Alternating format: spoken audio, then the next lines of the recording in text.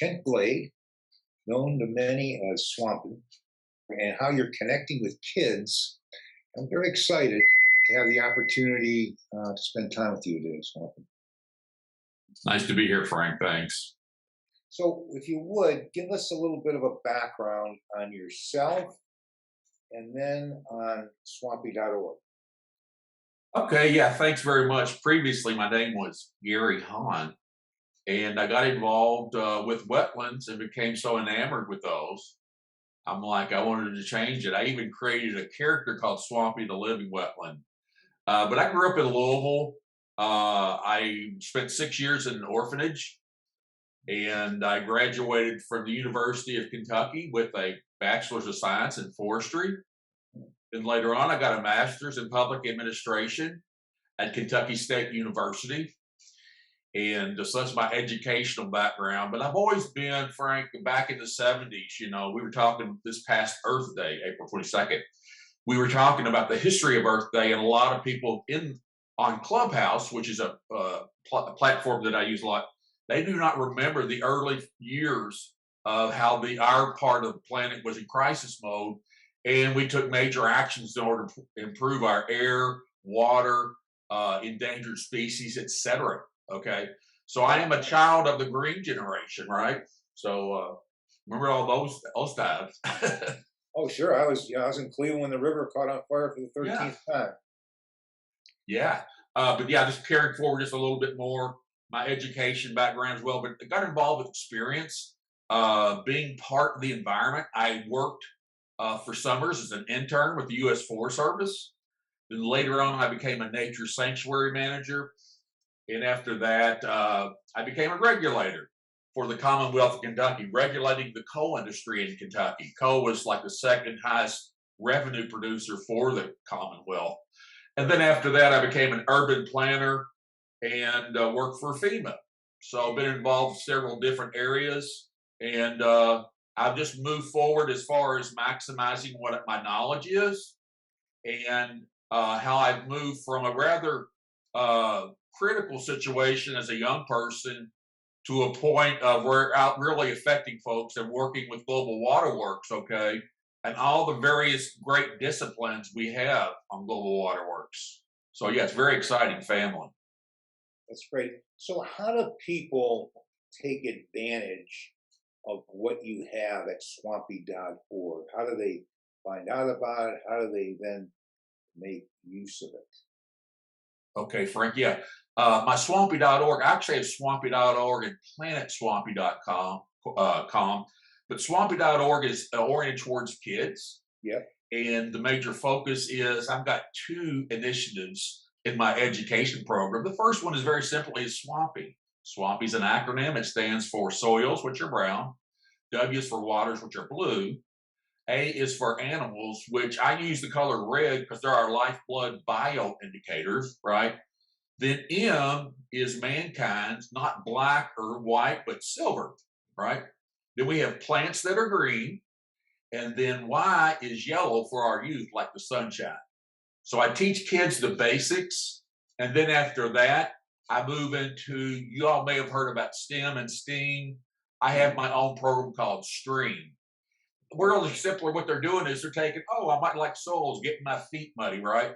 Maybe I might be a soil scientist. I might want to become a geologist. Oh, I love water. I might want to become a hydrologist, an engineer. So that's progressing as people move up in their trade and their college professions, right? Moving them forward through curiosity and creative expression. So, working this, and we really appreciate the focus on kids, because we know that we need to raise up a generation, a new generation, next generation into water and all the technology. So, what motivates you for what you do? How do you, when you get up every day, what's your motivator? Wow, that's an interesting take. The one thing we have on Clubhouse, people have their own passions, their own expressions, Yeah. And I've got my thing. I told you a little bit about that. But what I'm really passionate about, Frank, and what I love sharing with all the different folks with the different backgrounds at Global Waterworks, in 1997, I got hit head on by a 41-ton rock truck in my Toyota Corolla in Kentucky. I had 7 surgeries. I felt when it's interesting to be the way that I was, I may never come back as far as where I was. And once I was able to do that, Frank, it personified, it elevated my degree of passion. Okay. And I really realized how fragile life was. And that, when I was doing this or that, it made me somewhat uh, more judicious about what I was doing, but it also became me more present, okay, as far as how I'm being with other people's lives. It's not just necessarily about me, but it really is about others and how I connect to helping them. So it woke me up. So that woke you up. Now, with Swampy, what pleasant surprises have you had as you've worked? Maybe some things that you really didn't expect, but were very positive from what you're doing. Okay. Thanks very much. I've got to tell folks here that I have a very creative bent. And one of the things that I did while reviewing the coal mining permits in Kentucky, I became involved with the geology and the hydrology, the chemistry of the strata. Once they blow it up, they've got to do something with that material. So while I was reviewing all these coal mining permits, I got very excited.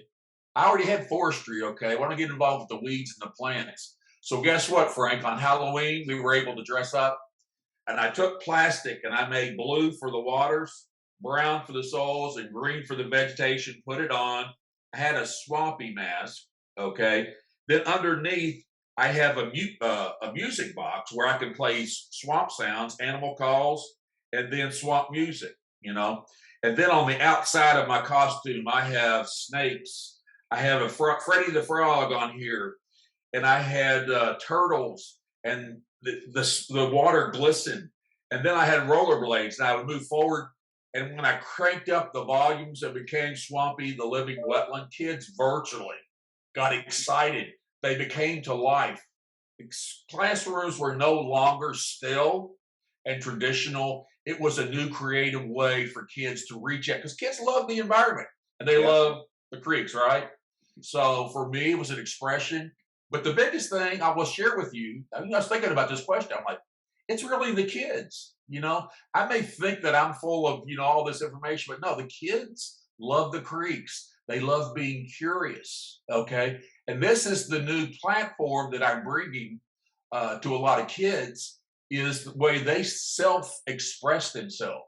And you'd be amazed. That's where I'm really thrilled is what kids do. Okay. Where they pick it up and they go off into adventures, and it's great to see them grow, just like I grow a Swampy, Frank. So that's Well, my things haven't changed very much. So I was growing up in Cleveland. We had a creek about half a mile from our house down a valley. And we spent many, many, many, many days either swimming in it, fishing in it, ice skating on it. So the creek was a big part of my brothers and myself as we grew up. That's it. That's very interesting that it still is the same. Nothing changed. Some things don't change when you get down to interesting and exciting things in nature. Yeah, Frank.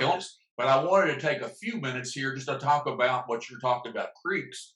Those are different forms of wetlands. Wetlands are endangered, and they're typically areas that are between 2 meters, deep water, and upland habitat. And there's those plants and the soils that change in the presence or the absence of oxygen. And they could be marine systems, mangroves, they could be estuaries, they can be lakes, they can be rivers, but it's really that transitional zone between the water and the uplands and the deep areas in which they have that transaction. How does the absence or presence of oxygen relate to those plants and those animals and cling to those? Yeah. Good. So you've established a relationship with Global Waterworks. You've mentioned it a little bit already. So a lot of organizations out there. What do you see as the value that Global Waterworks brings to you and to water globally?